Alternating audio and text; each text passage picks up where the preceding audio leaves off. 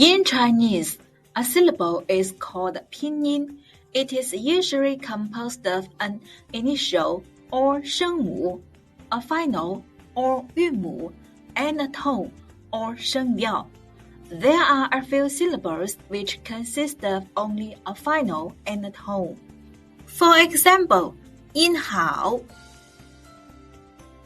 喝 is the initial, ao is the final, and above the final is the tone mark. As we all know, there are 26 letters in English. Do you know how many letters in Chinese? I hope that you can tell me later. These are initials. There are 21 initials in Chinese. And these are finals. There are 39 finals in Chinese.